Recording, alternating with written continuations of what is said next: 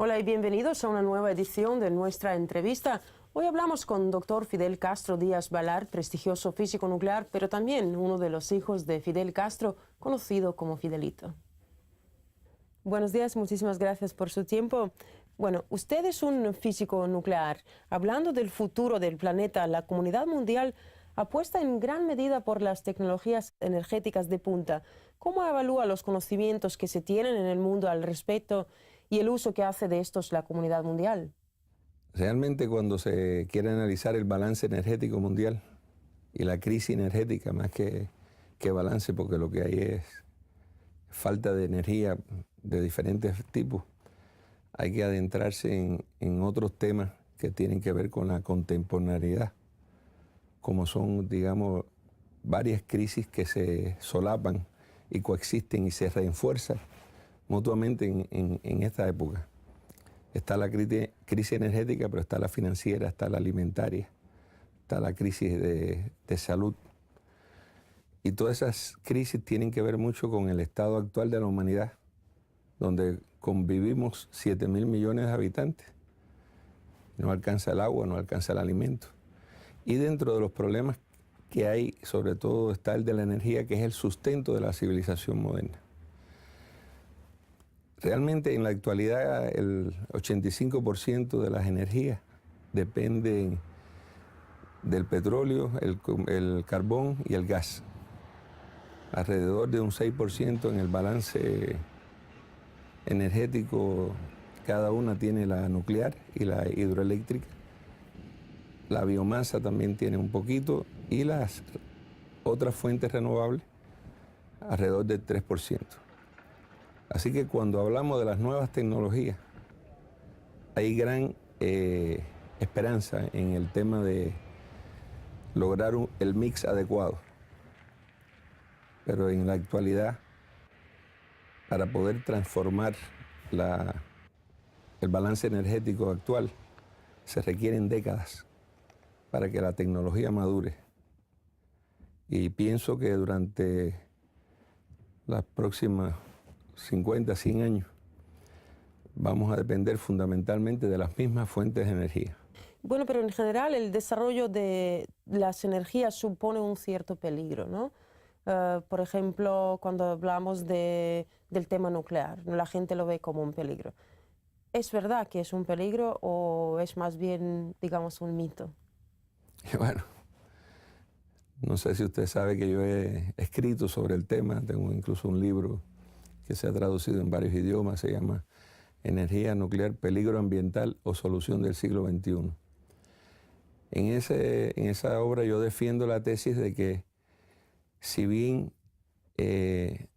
como cualquier actividad industrial moderna, la energía nuclear presenta riesgos, creo que el desarrollo de la tecnología durante las últimas 6 décadas ha permitido el desarrollo de nuevos reactores llamados tercera generación, que tienen un grado mayor de seguridad intrínseca porque no se basan en fuentes externas, sino en la gravedad, principios físicos básicos. Y esos reactores, cuando entren en funcionamiento, paulatinamente van a hacer que el balance del uso de la energía nuclear y la aceptación para el amplio público va a diferir del actual. Tomemos un caso más reciente, por ejemplo, el lamentable accidente de Fukushima, y vemos con qué nivel de seguridad se hacen las plantas, que aún siendo un reactor de la época de los años 60, segunda generación, que estaba diseñado para aguantar tsunamis, más bien terremotos de 7, soportó un terremoto de 9, olas de 9 y soportó olas de 15. Y solamente se vino ya a parar, a detener cuando lamentablemente el tsunami era de tal intensidad que logró anegar, llenar de agua todos los sistemas diésel y empezó el peligro. Y yo me pregunto, ¿qué otra industria que estaba en la zona resistió lo que resistió la edificación, la planta. Lo único que le faltó fue que cayera un meteorito, como pasó aquí en los Urales hace poco, ¿no? Y la planta siguió todavía estable. Así que la conclusión es que, como cualquier actividad humana, la energía en general y cualquier tecnología presenta riesgos. Pero también está el riesgo de quedarse sin desarrollo. La energía nuclear hasta el presente, estadísticamente, ha producido menos víctimas lamentables que todo el resto de las tecnologías, lo cual no se puede asimilar como un paradigma. O sea, yo creo que la energía nuclear no es ni un dogma ni un paradigma. Es una vía de desarrollo de aquellas sociedades, sobre todo industrializadas, que tienen una buena base industrial, que tienen los recursos monetarios, humanos, para poder asimilarla y desarrollarla. Afortunadamente Rusia se encuentra entre esos países que tienen un desarrollo importante en la energía nuclear y los planes que tiene es continuar haciéndolo, igual que lo tiene China, los propios norteamericanos, que son los que más centrales nucleares tienen y más reactores en el mundo, no han tomado la decisión de cerrar sus 104 reactores. Lo que han hecho es prolongarle la vida útil de los reactores, que está concebida para 30 años, ya son 50 y son 80. Son reactores ancianos ya, y sin embargo siguen funcionando. Esa práctica sí hay que detenerla. Eso fue lo que falló en Fukushima. Fukushima le prorrogaron la vida útil y se ve que la experiencia demuestra que no se puede hacer así, que hay que ser mucho más cuidadosos, incrementar la colaboración internacional y las medidas de seguridad. Un elemento que yo quisiera destacar y es el siguiente: es muy importante que haya la máxima transparencia, que participe la sociedad, las diferentes fuerzas sociales, no solo los partidos políticos, ¿no? Yo me refiero a los movimientos que tiene la sociedad, a las distintas organizaciones, que puedan evaluar y que puedan pronunciarse sobre si desean o no hacer uso de la energía nuclear. Hay la gente normal, la gente que no tiene conocimientos, digamos, sobre la energía, suele relacionar la energía nuclear con, por ejemplo, bomba atómica, ¿no? ¿Cree usted que existe algún mecanismo en el mundo hoy en día para separar estas dos cosas en la mente de la gente? Yo pienso que el problema es que la energía nuclear nació con un pecado original. Se dio a conocer con el holocausto de Hiroshima y Nagasaki. De otra parte, innecesario, porque ya ese país estaba derrotado completamente. Esa imagen de destrucción, de una fuerza que no se puede ver, que no se puede huir de esa, porque es silenciosa, dejó indudablemente en la conciencia humana una huella indeleble. Pero además no es, desafortunadamente, un evento único que ocurrió ya hace más de 65 años, sino se trata de algo que estaba desarrollándose continuamente. Existen 5 potencias nucleares en el mundo. Se calculan alrededor de 28.000 armas nucleares. Y yo pienso que la conciencia humana sigue preocupada, no tanto por lo que ocurrió solamente allá en Hiroshima y Nagasaki hace tantos años, sino por el desarrollo de las nuevas y más sofisticadas armas que existen hoy en día y por las consecuencias que puede acarrear un intercambio nuclear entre países. Pienso que es muy difícil separar esas dos ideas. Y desafortunadamente también hay organizaciones que potencian, ¿no?, el pánico, el peligro. Sería, a mi juicio, una tarea casi perdida de antemano tratar de inducir a la gente que hay 2 tipos de energía, una buena y una mala. La antigua filosofía de China habla del yin y el yang. Están unidas, la parte buena y mala. Lo que hay que ser suficientemente inteligente y potenciar socialmente las decisiones buenas y excluir y eliminar las malas. Bueno, usted viene de Cuba, es de la familia Castro. En su isla se hacía historia cuando usted decidía dónde iba a estudiar, ¿no? Y allí la palabra revolución no era una palabra vacía. ¿Cómo decidió dedicar su vida a las ciencias? Bueno, precisamente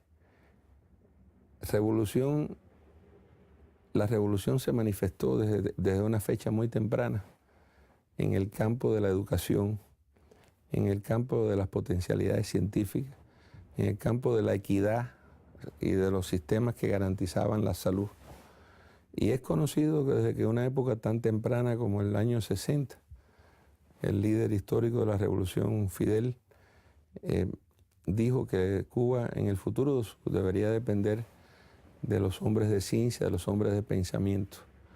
Pero para ello fue necesario hacer una gran obra en el campo educacional, acabar con el analfabetismo, potenciar las universidades. Habían 3 universidades donde más bien excluían la mayor parte de la población porque podían asistir los que tenían determinados recursos.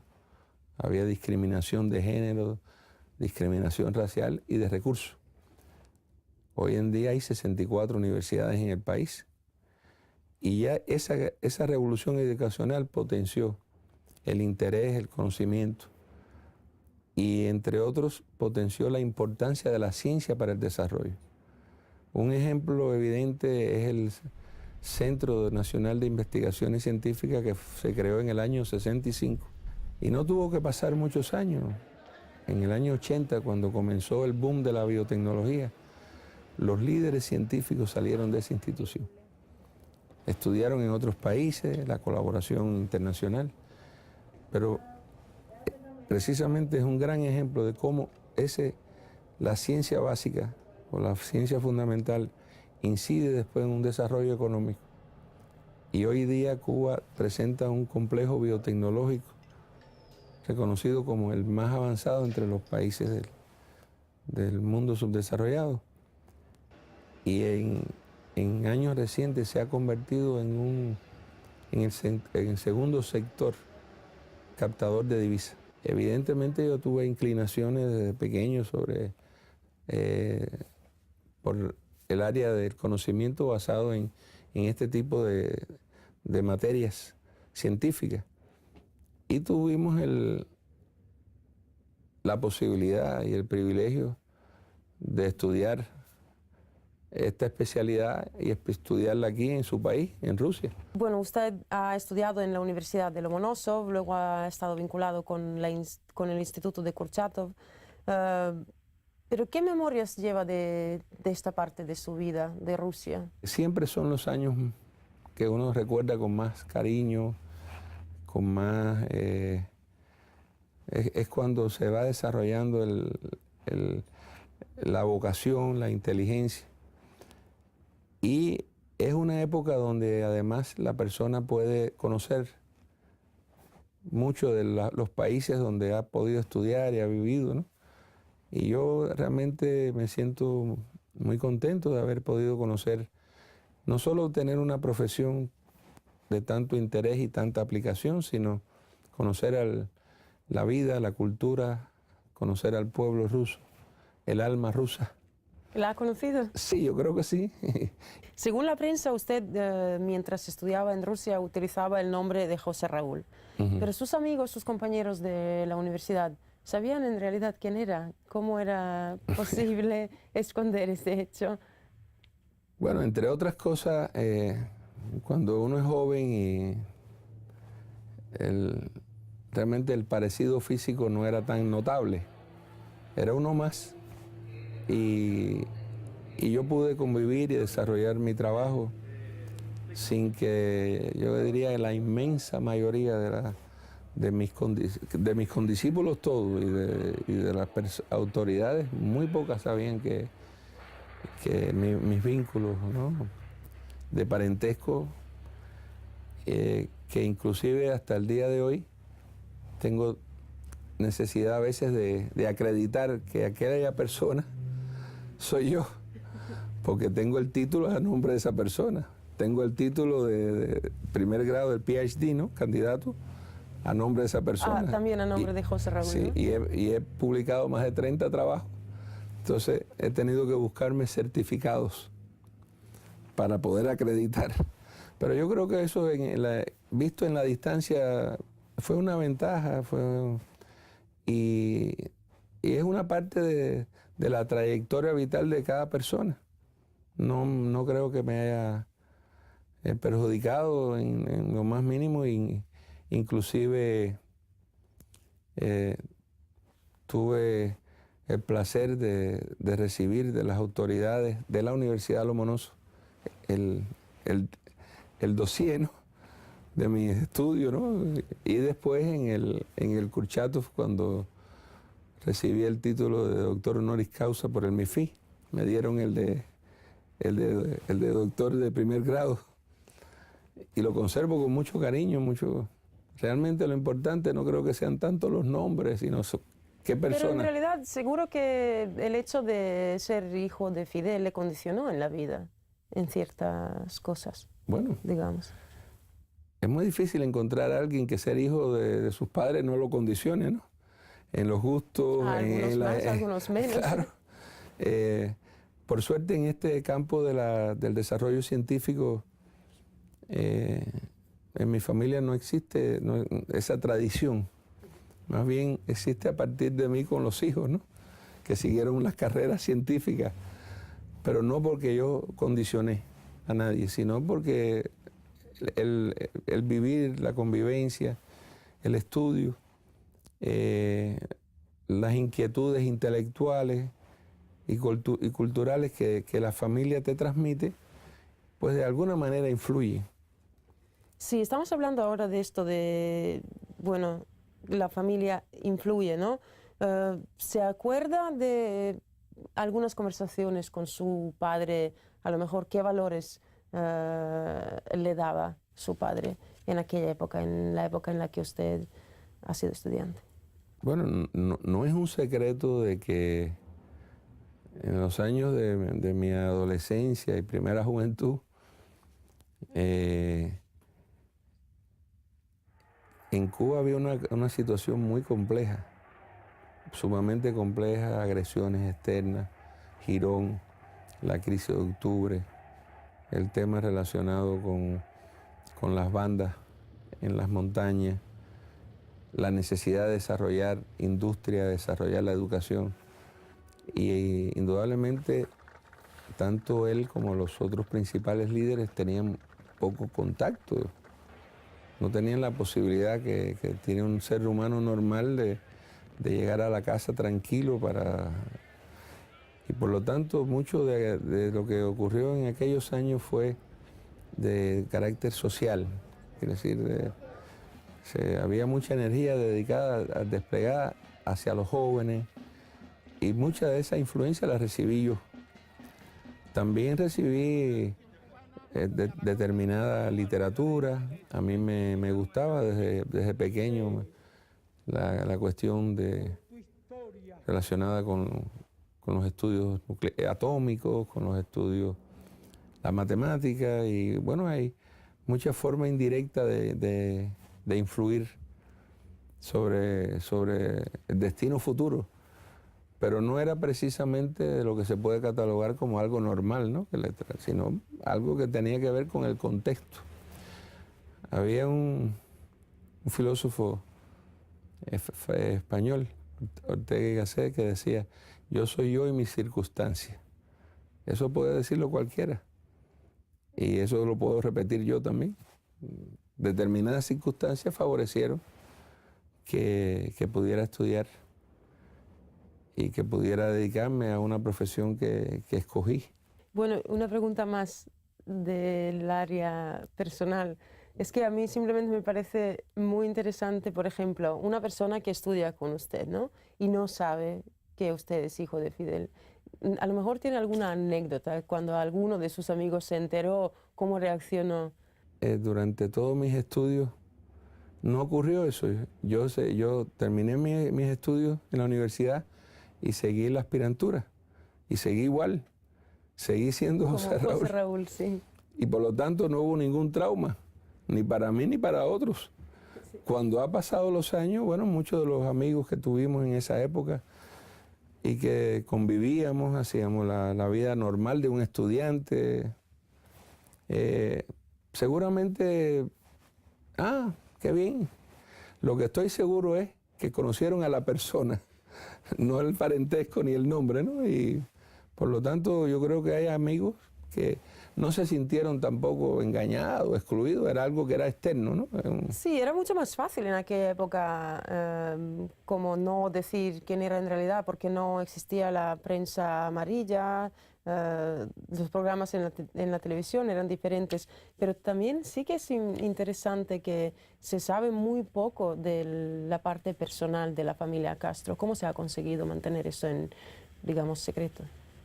Bueno, es muy difícil hablar de la familia Castro. Bueno, la familia, como todas las familias, tiene numerosos miembros y cada uno tiene su propia trayectoria. El presidente, cuando decía que lo único que tenía era su privacidad y logró mantener la privacidad durante muchos años, dedicarse a la parte fundamental de su esfuerzo y de su trabajo, pero ello no le impidió a la mayor parte de los miembros de la familia, cada uno por su parte, de tener un desarrollo normal, sin diferencias excesivas, y la existencia o no de una prensa, sí, tal vez las revistas esas del cotilleo son muy populares, ¿no? En Occidente, y creo que en Rusia también, en Rusia también. Yo no sé si tuviera en aquel entonces Russia Today, a lo mejor me hubiera descubierto. Es la primera vez en la historia que el mundo ha recibido un papa de América Latina. ¿Cómo podría comentar esta elección?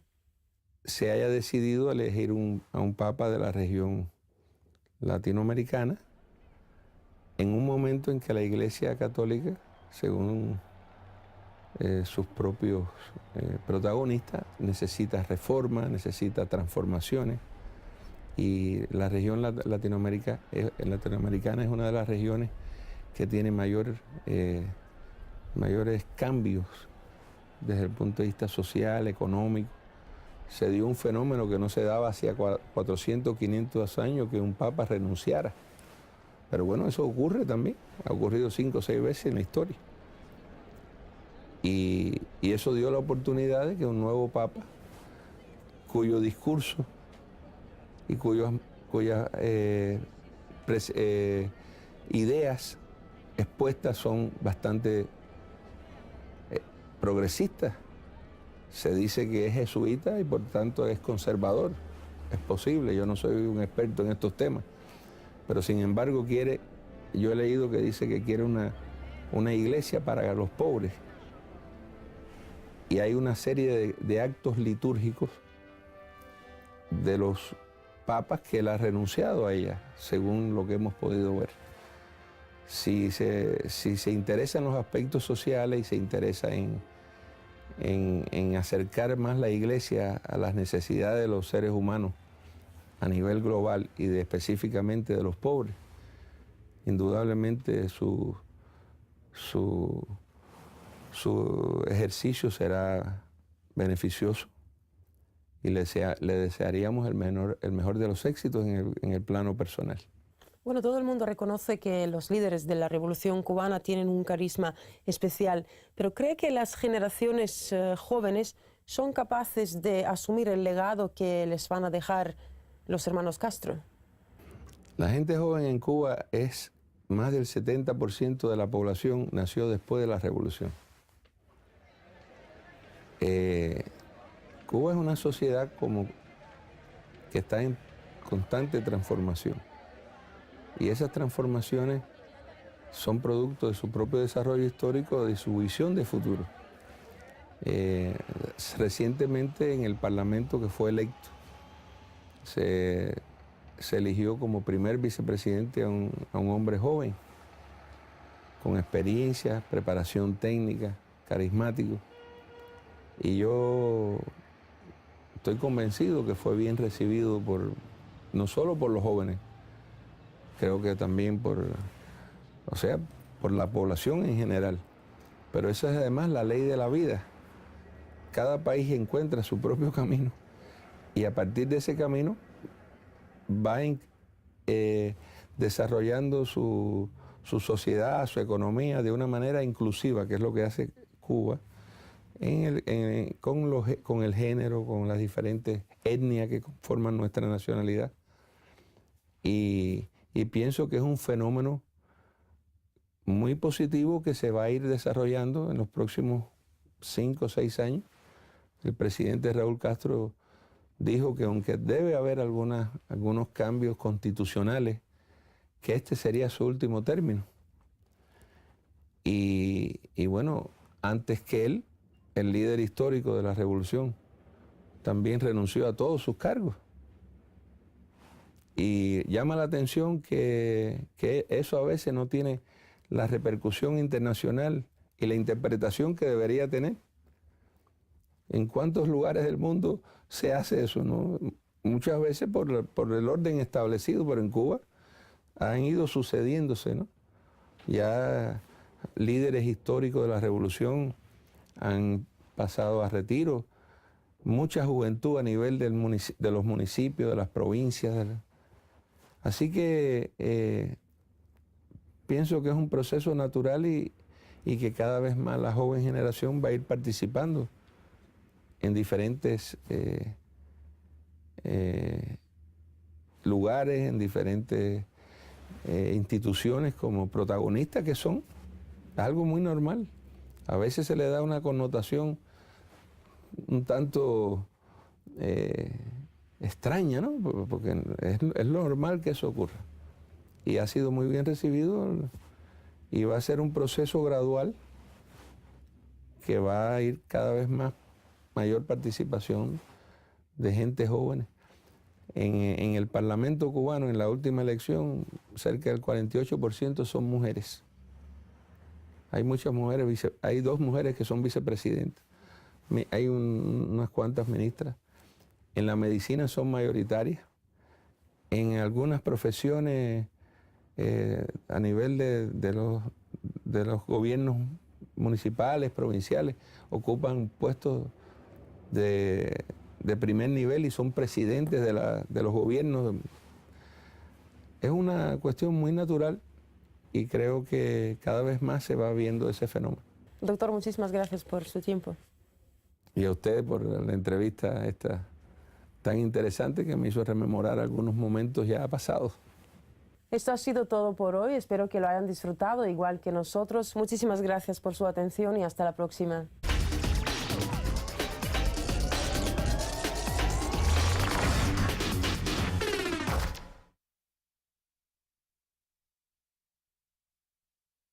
En la actualidad, para poder transformar el balance energético actual, se requieren décadas para que la tecnología madure. Y pienso que durante las próximas 50, 100 años vamos a depender fundamentalmente de las mismas fuentes de energía.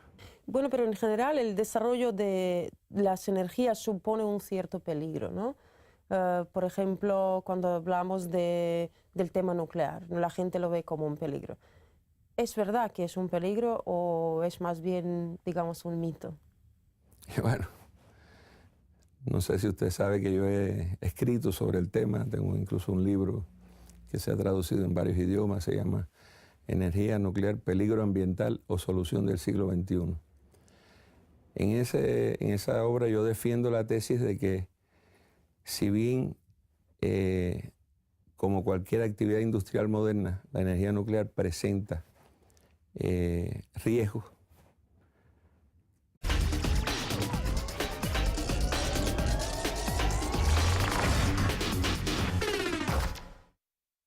Hola y bienvenidos a una nueva edición de nuestra entrevista. Hoy hablamos con doctor Fidel Castro Díaz Balart, prestigioso físico nuclear, pero también uno de los hijos de Fidel Castro, conocido como Fidelito. Buenos días, muchísimas gracias por su tiempo. Bueno, usted es un físico nuclear. Hablando del futuro del planeta, la comunidad mundial apuesta en gran medida por las tecnologías energéticas de punta. ¿Cómo evalúa los conocimientos que se tienen en el mundo al respecto y el uso que hace de estos la comunidad mundial? Realmente cuando se quiere analizar el balance energético mundial y la crisis energética, más que balance, porque lo que hay es falta de energía de diferentes tipos, hay que adentrarse en otros temas que tienen que ver con la contemporaneidad, como son, digamos, varias crisis que se solapan y coexisten y se refuerzan mutuamente en esta época. Estas olas de 9 y soportó olas de 15. Y solamente se vino ya a parar, a detener cuando, lamentablemente, el tsunami era de tal intensidad que logró anegar, llenar de agua todos los sistemas diésel y empezó el peligro. Y yo me pregunto, ¿qué otra industria que estaba en la zona resistió lo que resistió la edificación, la planta? Lo único que le faltó fue que cayera un meteorito, como pasó aquí en los Urales hace poco, ¿no? Y la planta siguió todavía estable. Así que la conclusión es que, como cualquier actividad humana, la energía en general y cualquier tecnología presenta riesgo. Pero también está el riesgo de quedarse sin desarrollo. La energía nuclear hasta el presente, estadísticamente, ha producido menos víctimas. La crisis energética, pero está la financiera, está la alimentaria, está la crisis de salud. Y todas esas crisis tienen que ver mucho con el estado actual de la humanidad, donde convivimos 7.000 millones de habitantes. No alcanza el agua, no alcanza el alimento. Y dentro de los problemas que hay, sobre todo está el de la energía, que es el sustento de la civilización moderna. Realmente en la actualidad el 85% de las energías dependen del petróleo, el carbón y el gas. Alrededor de un 6% en el balance energético, cada una tiene la nuclear y la hidroeléctrica. La biomasa también tiene un poquito y las otras fuentes renovables alrededor del 3%.